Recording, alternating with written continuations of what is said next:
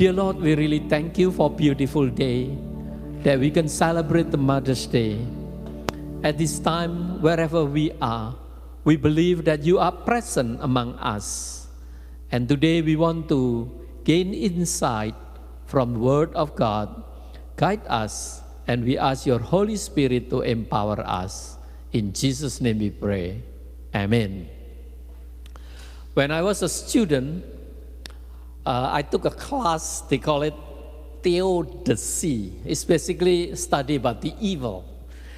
And then one of the book that the professor required me to read was Harold Kushner book titled When Bad Things Happen to Good People.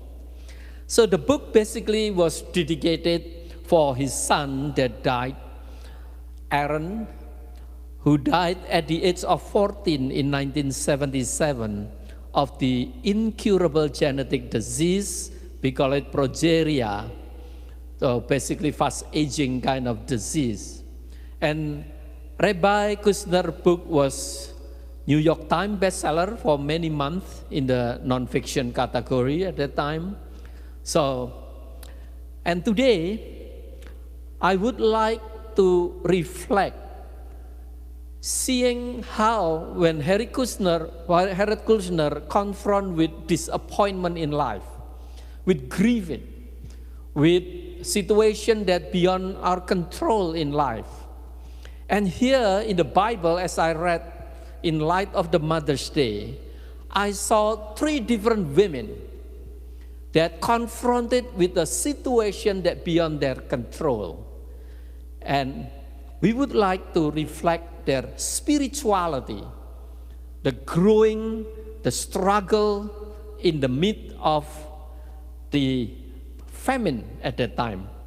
Or in this case, if we contextualize on that day, is how women that struggle in light of the pandemic like a COVID-19. I would like to open together Ruth chapter 1, verse 1 to 22.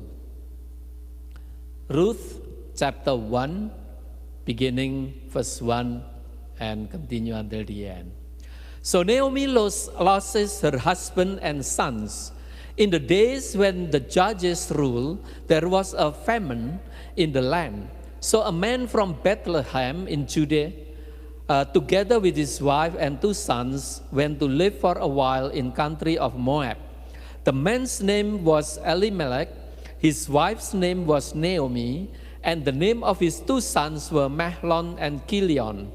They were Ephraite from Bethlehem, Judea, and they went to Moab and lived there.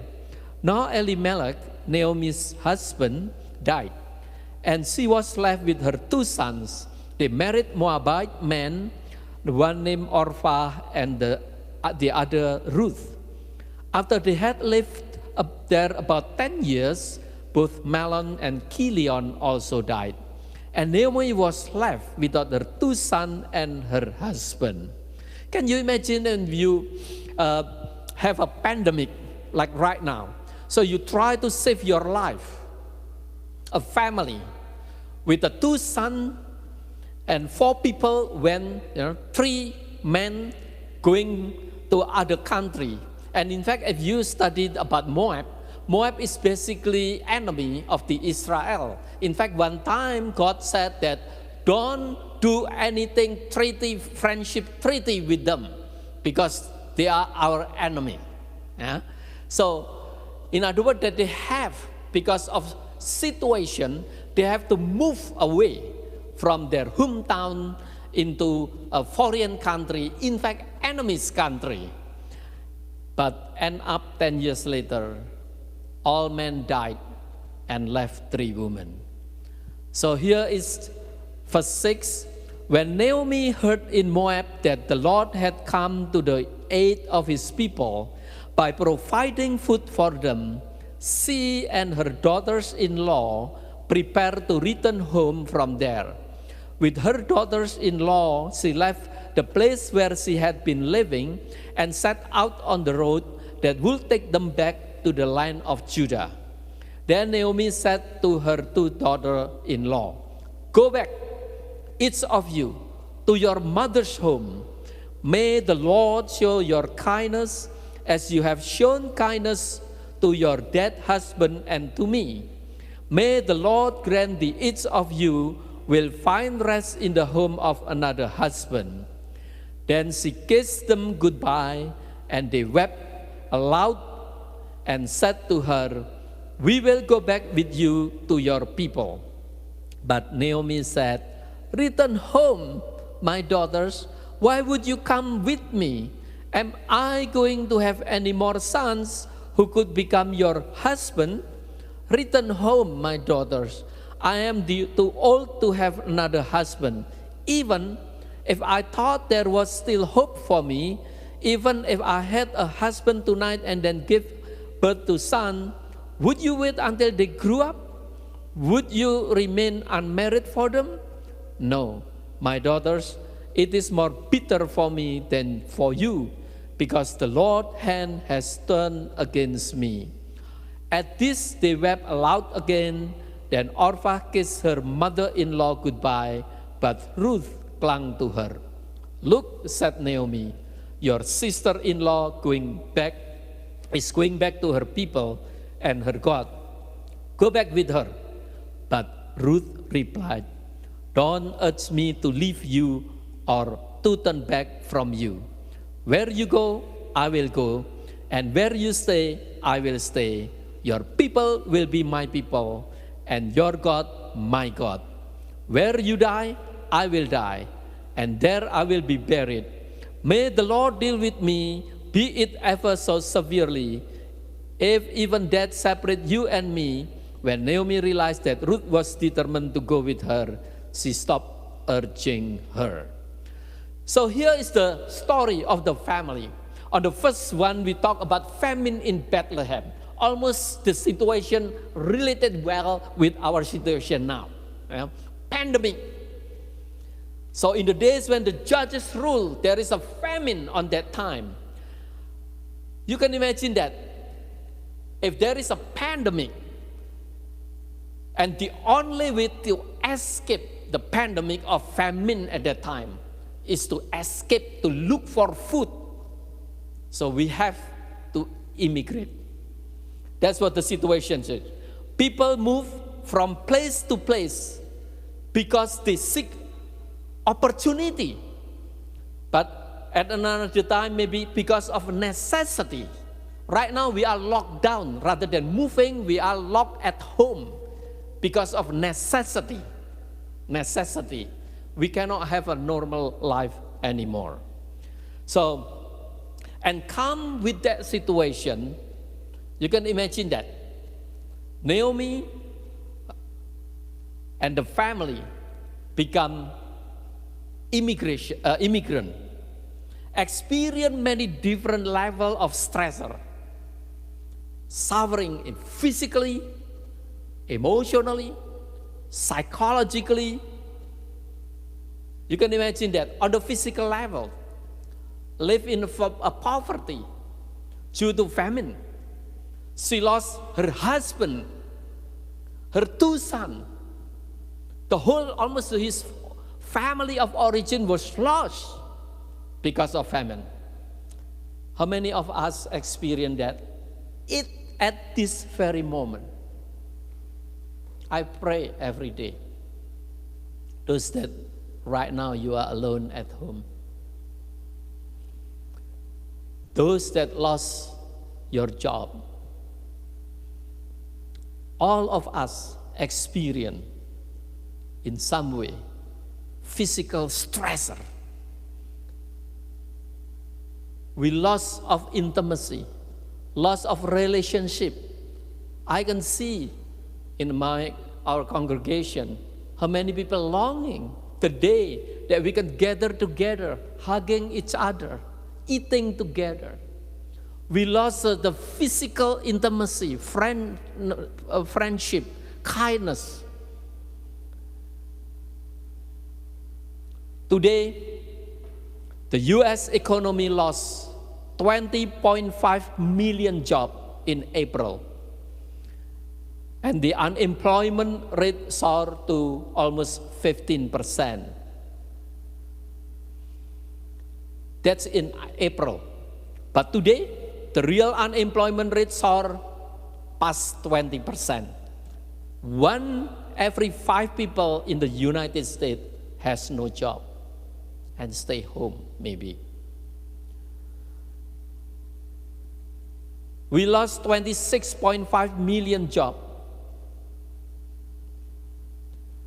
The stressor come not only physically, but socially, economically. Like Naomi at that time, she lost her status. She became widow, and all with her in-law lost their status. And you know, on that day, when you become a widow, they are the lowest of the lowest. Women, is already low in the status of the hierarchy of their cultures. But if you become widow, and that's more lower than just become ordinary women. They become illegal alien in some way. They move to other cultures. In fact, the cultures of the enemy. From ordinary citizens, become refugees, become foreigner, become marginalized in other country. We can relate well with that situation. Live in poverty, the lowest of the lowest in the hierarchy of the state society.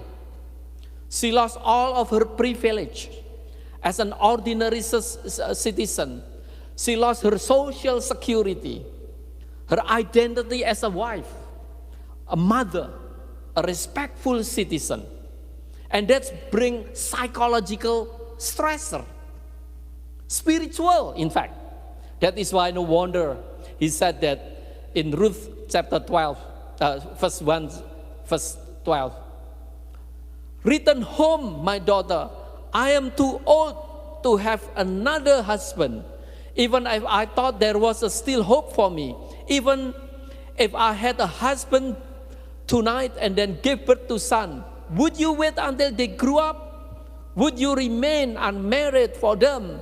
No, my daughter, it is more bitter for me than for you, because the Lord's hand has turned against me.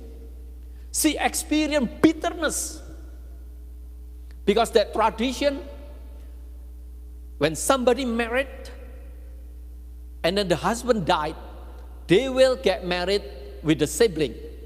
That's the tradition on that culture.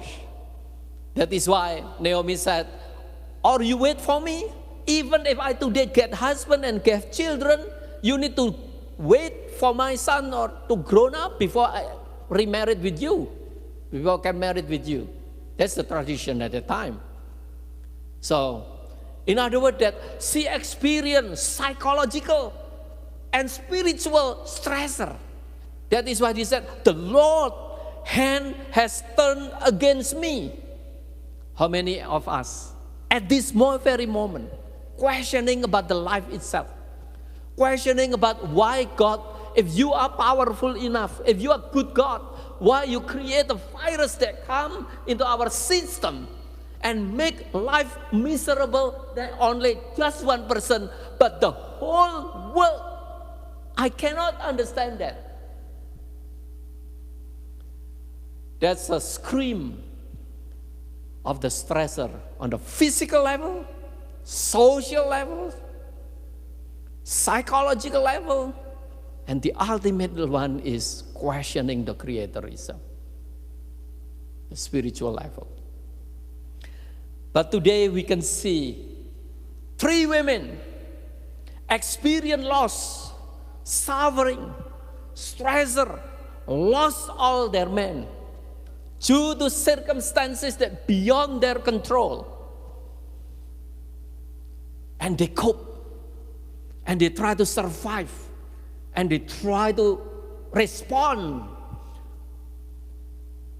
Something, when the bad thing happen to good people, how we respond that? And through that, we want to reflect their spirituality.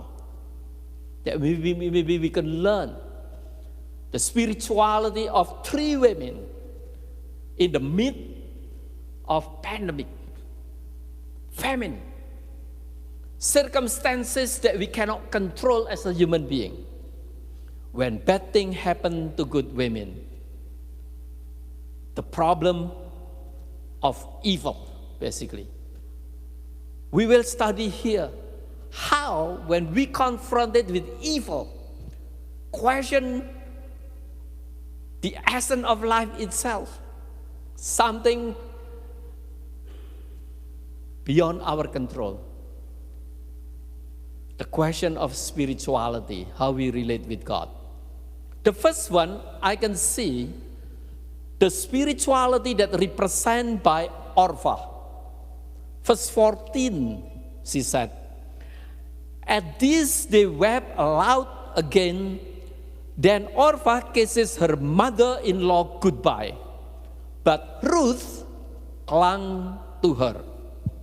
I would like to label the response of Orpah in relationship with Ruth in the context of the passages, in the context of circumstances. I learned Orpah represents person, I call it as pragmatic spirituality. Yeah. Give up and go home. Yeah. A lot of people in life, when you confronted with something that you cannot control, we just use a practical way to solve that problem. Not involving God, just, ordinary life, practical. Which one is the most useful, we take it. If we pray, God need not answer my prayer, I can look another God. That's practical. Yeah. If I go to a certain church, I got blessing, I will continue to do that. But once my expectation is not met, goodbye. That's I call it as the spirituality of pragmatic spirituality. What is pragmatic spirituality?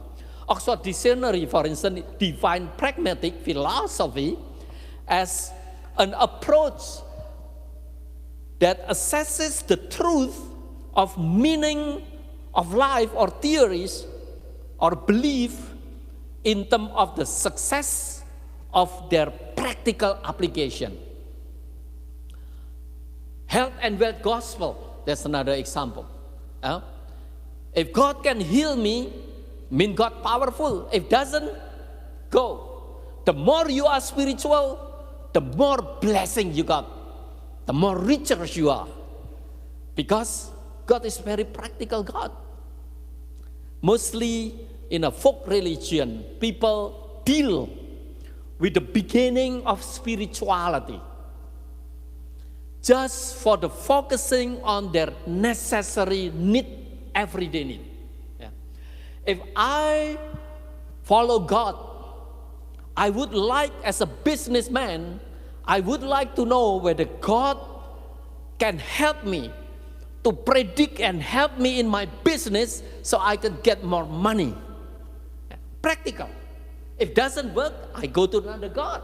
If doesn't work, I go to another coach or mentor or someone that can solve my daily necessity. So help me. If I want to get married, I would like to know, what is the best way, the best date, the best time so I can get married and be happy forever. So I will go to God. I pray to God. I ask God, help me, God. And I ask maybe, somebody that can get a vision and tell me what is the best day to get married. God spoke to me because, for practical purposes. That's, I would say, pragmatic spirituality. Or in daily life, you can see in Indonesia, some people say like this one. Ada uang, abang sayang. Tidak ada uang, abang melayang. So in English, maybe we call it no honey, no money. So, no money, no honey. No money, no honey. Philosophy. And sometimes we can apply it in a daily life, in relationship, but also in God. That's Orpha. No money, no harmony, spirituality. Don't be complicated in life. If living in the US is good, live here. If not, go somewhere if possible. If going to church is good, go there. If not, goodbye. There is no commitment. Just the goal is what is good for you. More blessing, more tithing. No blessing, no tithing. Just like that. If you bless me, praise God. If no blessing, bye-bye. That's the beginning of spirituality. Ada uang, abang melayang, sayang. Tidak ada uang, abang melayang. Diberkati Tuhan, Tuhan sayang. Tidak diberkati, Tuhan melayang. That's the philosophy of pragmatic. The second one I would see from Naomi. In verse 20, it said, "Don't call me Naomi." She told them, "Call me Mara, because the Almighty has made my life very bitter. I went away full, but the Lord has brought me back empty." Why call me Naomi? The Lord has afflicted me. The Almighty has brought misfortune upon me. This is talking about sowing and reaping spirituality. If I do what God said, so the consequences must be good. If I do something bad in life, the consequences is God will punish me.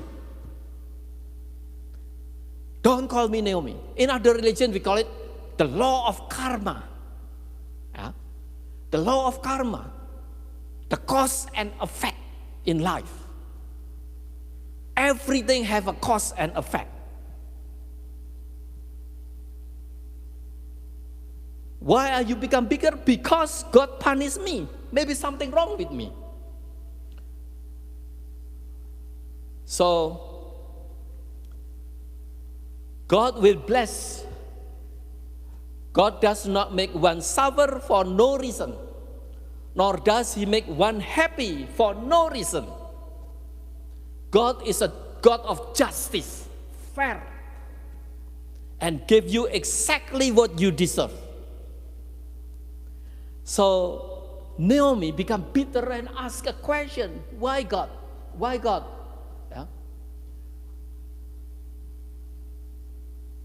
Call me Mara, has made my life very bitter. I went away full, but the Lord has brought me back empty. Why call me Naomi? The Lord has afflicted me. The Almighty has brought misfortune upon me. Faith, misfortune. There is a power, spirituality power that beyond that we call it God, that inflicted and punished me now. So, it is following the universal principle of cause and effect. How many of us, when we experience misery in life, this question come up, the worldview, understanding about God and think, I must be something wrong before God. I must be sin. I must be worth to be punished. But if that theology sometimes doesn't work, I don't think I'm doing something wrong. Why God still punish me? Seeing misery, problem, evil come as a part of the Godhead that punishing human being. That's the second. Fortunately, the story not end with Oprah, or Naomi.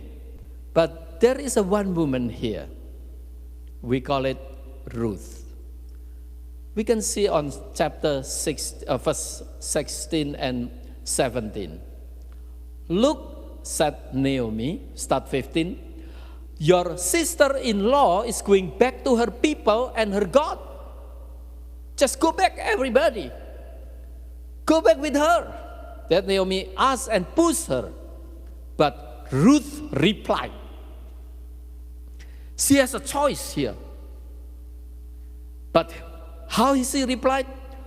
Don't urge me to leave you or to turn back from you. Where you go, I will go. And where you stay, I will stay.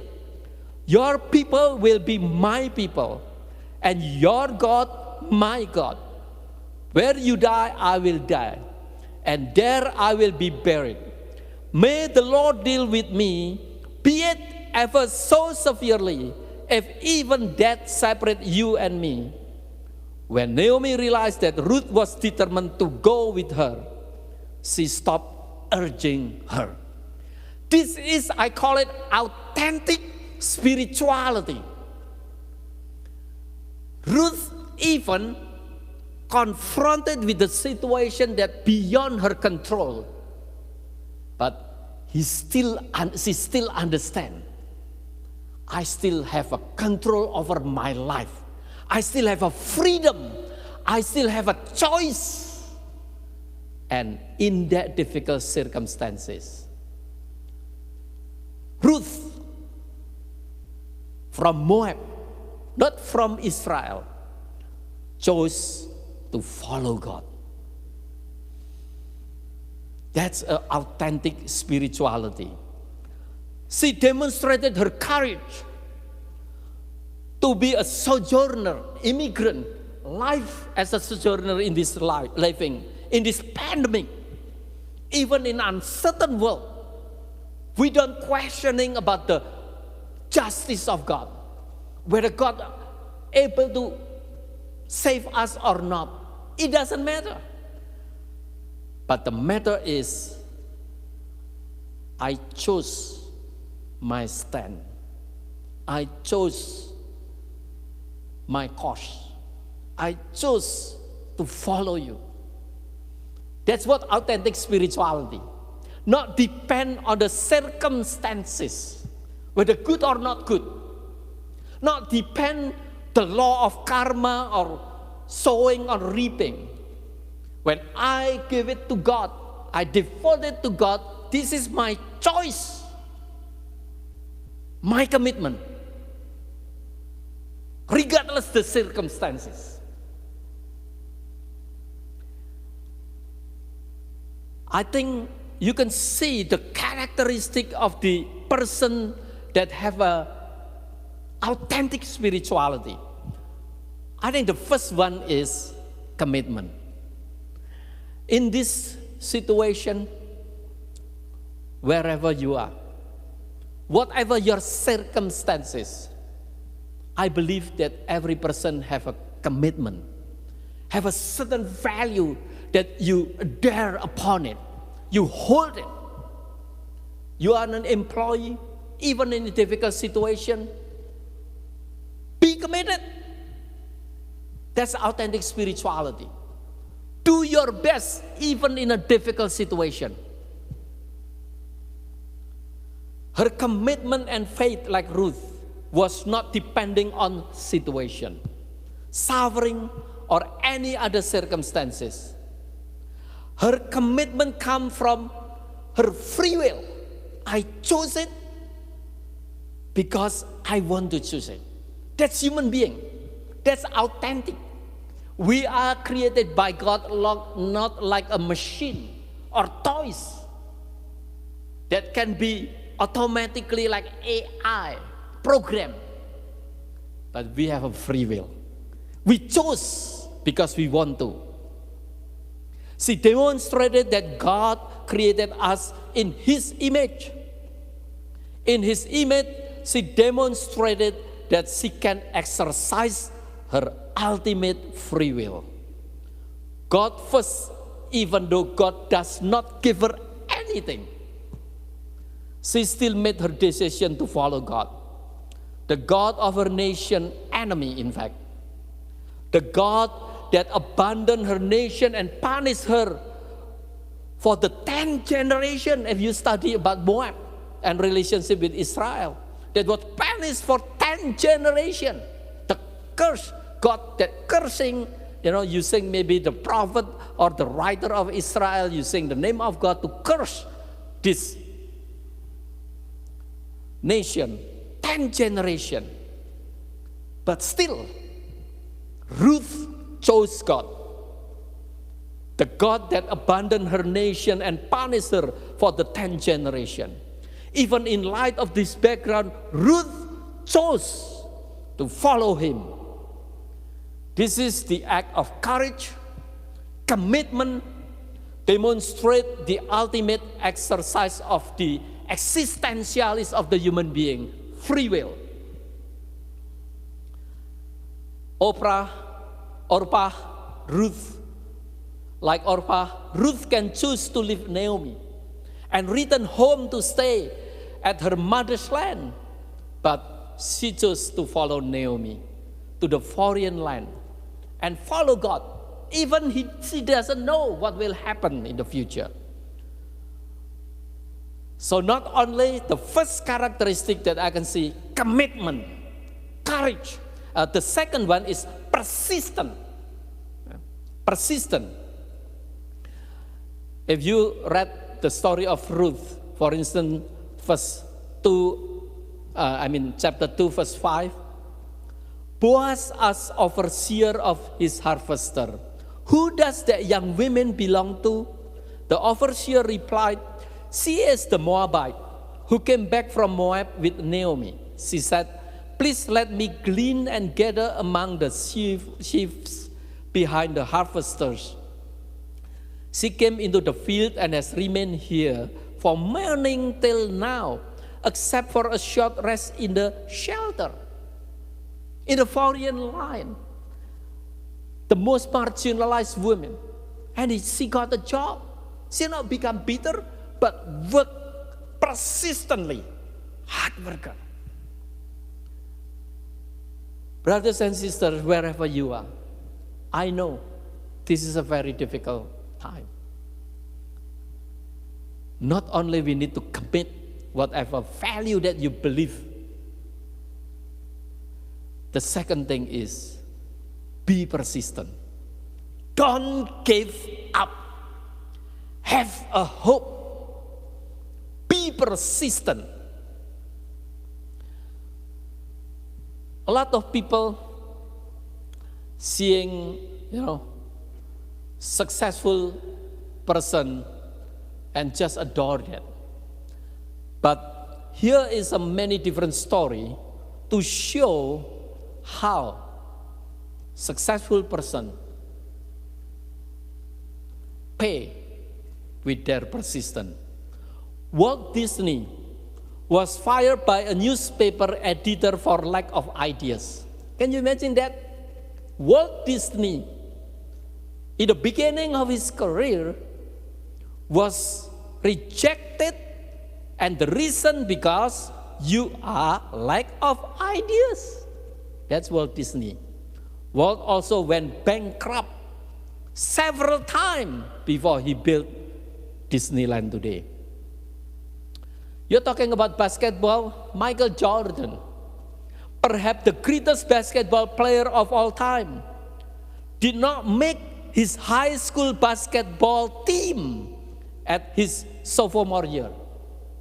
Yeah. Andrew doesn't make that, but not become Michael Jordan. But Michael Jordan did, because he is persistent. Beethoven teachers call him hopeless as a composer. Can you imagine that? What will you do when somebody rejects you? What will you do when you apply a job and reject it? In this time, only persistent that helped. Be persistent. Beethoven teacher called him hopeless as a composer. Winston Churchill failed the sixth grade, not going up. He did not become prime minister until he was 62. The retirement age, he became prime minister. His greatest contribution came when he was a senior citizen. You got discount every Tuesday if you go to Roche. That's what Winston Churchill. Henry Ford failed when wind broke 5 times, bankruptcy 5 times, before he finally, through persistence, succeeded. Be persistent, be committed wherever you are. That's authentic spirituality. And the last one is, don't be afraid. Courageous. Be courageous. Courage is to exercise your will. If you feel hopeless, exercise your will. Change your heart. Courageous. Life is not depending on fate or situation or what, God or goddess told you to do. But your choice. Your choice. Life depends on your decision to follow God or to reject God. In the midst of suffering and unfortunate situation, Ruth did not lose her freedom. No wonder at the end, we study the story of Ruth. She became the ancestor of Jesus. Brothers and sisters, today we celebrate Mother's Day. There are 3 different women through the story. Who are they? I tell you, Orpah is in here. Ruth is in here. Naomi is in everybody's heart. Sometimes we just use God in a pragmatic way. Sometimes we questioning, maybe God punished me because I got bankrupt. I got suffering. Or somebody, my expectation is not fulfilled. I got disappointment. It must be punishment from God. But today, we see Ruth that exercise, not questioning about the faithfulness of God, not questioning about why, but she make her decision. I will follow God, whatever circumstances. I will be committed, persistent, and courageous. Let us pray. Dear Lord, thank you for mothers, especially for three women that we read through Orpah, Naomi, and Ruth, that represent the journey of spirituality. Sometimes we are like Orpah. Another time we become bitter to you, like Naomi. But today we want to grow, to have an authentic spirituality. I make my decision to follow you, whatever circumstances. I want to cope with any circumstances, any obstacle in life, and exercise our will to commit with you, to commit with your value, be persistent, and be courageous in this life. Thank you, Lord. Even though sometimes we see and ask a question, why something bad happened to good people? But we trust you. And this is our choice. In Jesus' name we pray.